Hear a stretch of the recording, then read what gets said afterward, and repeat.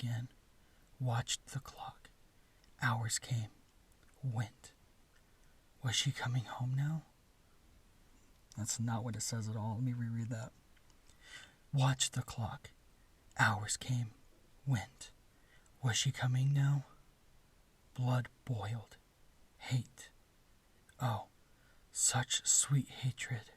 It flooded every nerve, every cell. His eyes wandered toward the kitchen. The knives moaned his name.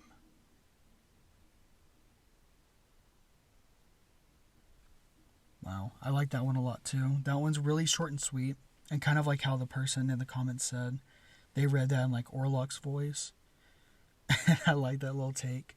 Romance horror is another really cool one, and given that, of course, it is, as of now, the day of Valentine's,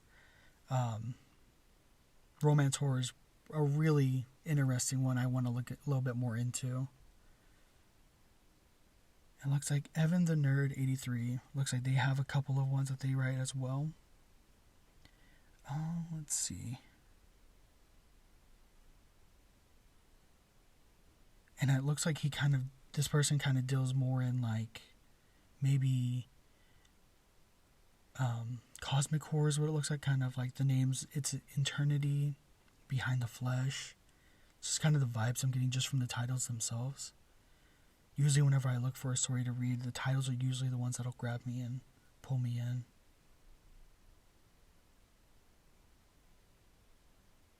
Again, I really like this one story from him though.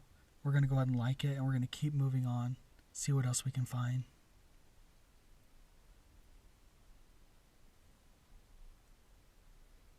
Gotta move past these ads. We're gonna go back to the top, and we're gonna refresh.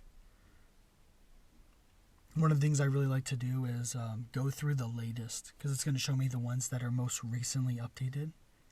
I like to get the ones that have just freshly put their content out.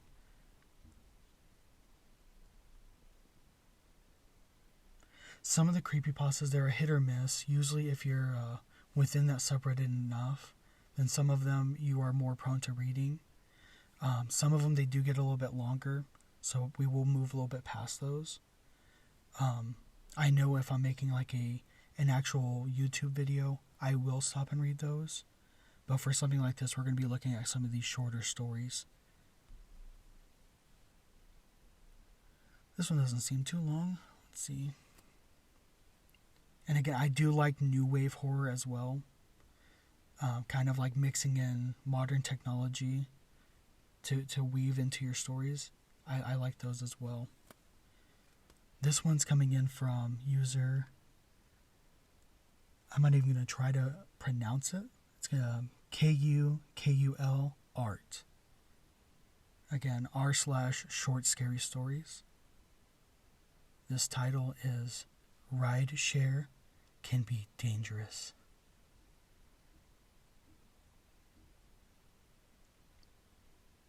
I've been doing ride share for a couple of months now. Some people seem to love it, but for me, it's just a part-time job. I picked someone up, experienced some awkward small talk or awkward silence, and then drop them off. You get used to it. This week, something happened that landed me in the hospital. I'm still trying to process it, but I thought it might help to write it out. Around 11:40, a notification popped up on my phone. 2 minutes, 0.5 miles away. 5 stars. As I arrived to pick up location, a tall man walked out into the light of a flickering street lamp.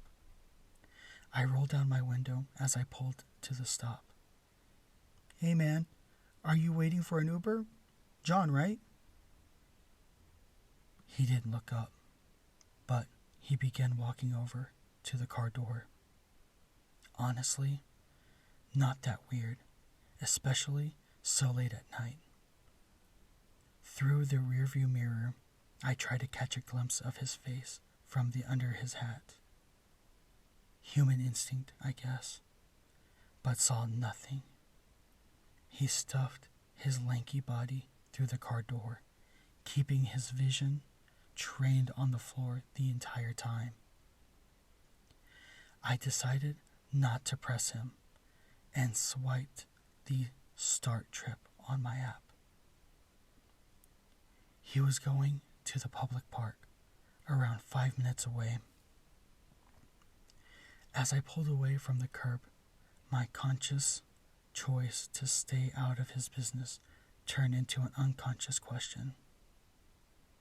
What's going on at the park? Anything I should check out?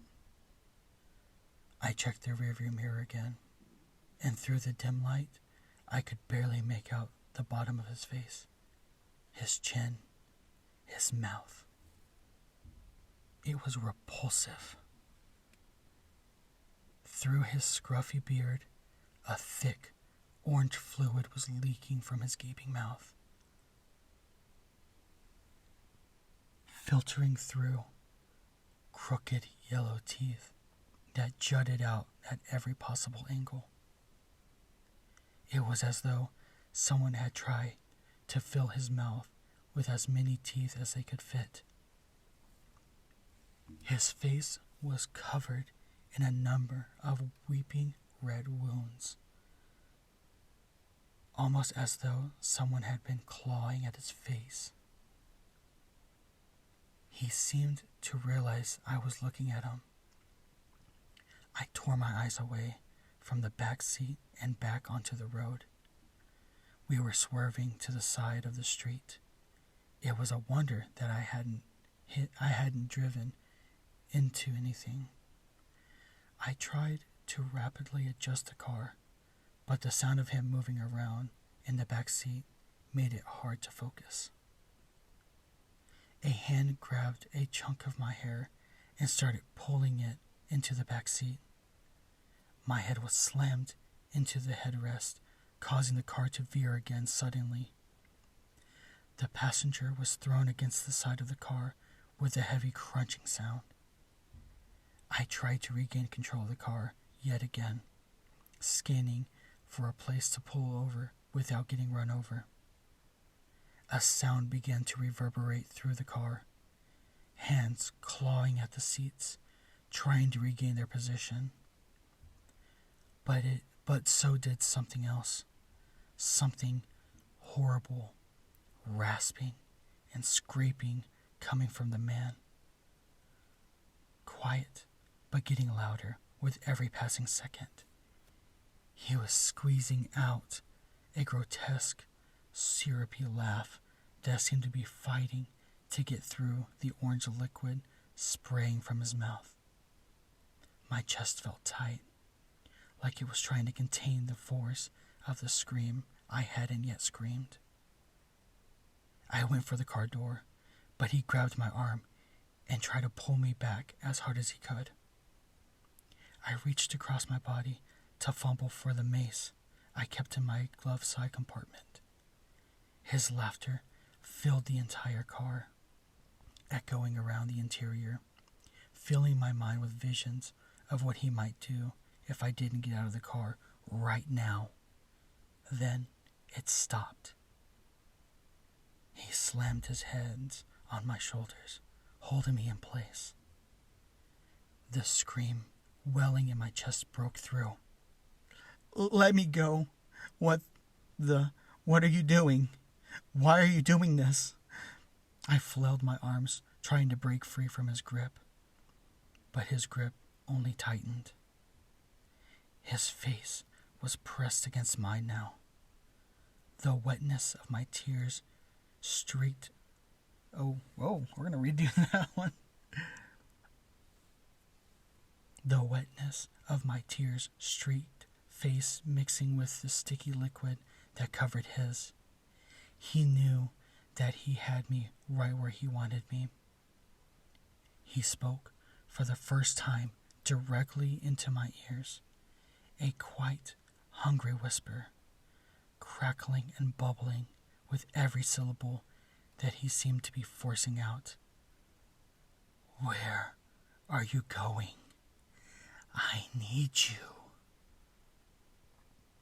He bit down on my shoulder, tearing the flesh and shooting alternating waves of pain and fear throughout my body. With what little energy I had, I slammed on the gas pedal, sending the car jolting forward. We flew across the street and crashed through the wall of a convenience store. The airbags exploded into my face, and my consciousness began to fade out. In my last moments of awareness, I heard a gasping noise coming from the back seat, the door opening, and a large mass tumbling out of the car. I came to in a few moments later, being pulled from the car by a woman in a green uniform. Her face was pale and sweaty. Oh my God, are you okay? Who the hell was that guy? I tried to respond, but my mouth felt like it was full of glue, and my words came out half-formed. An ambulance showed up a few moments later and brought me to the hospital, where I've been recovering over the past 2 days. The doctor says it's a miracle I wasn't more injured in the crash, but there's one thing that keeps bothering me. My saliva is orange. Yeah, okay. I like that one too. See, I love these so much. Man, we're gonna see if this person has any more stories. Well, they're a Godzilla fan. That's amazing. Let's go.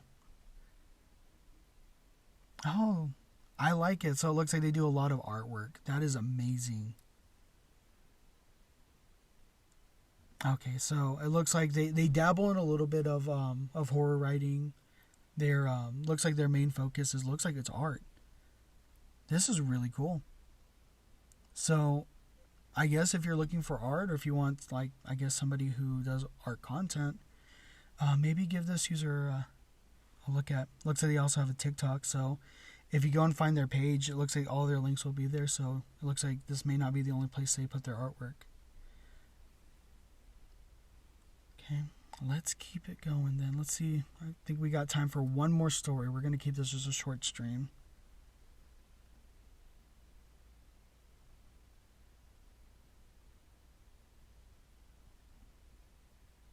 Okay, it looks like this one caught me right here. When the lights went dark.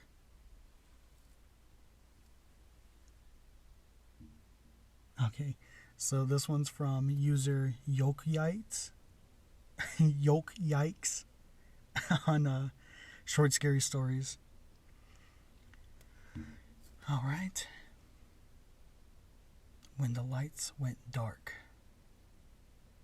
wires ran entwined with his vessels, exposed muscles clenched and cramped as small, flashing yellow bolts ran through his blood and into the rusted machines around him.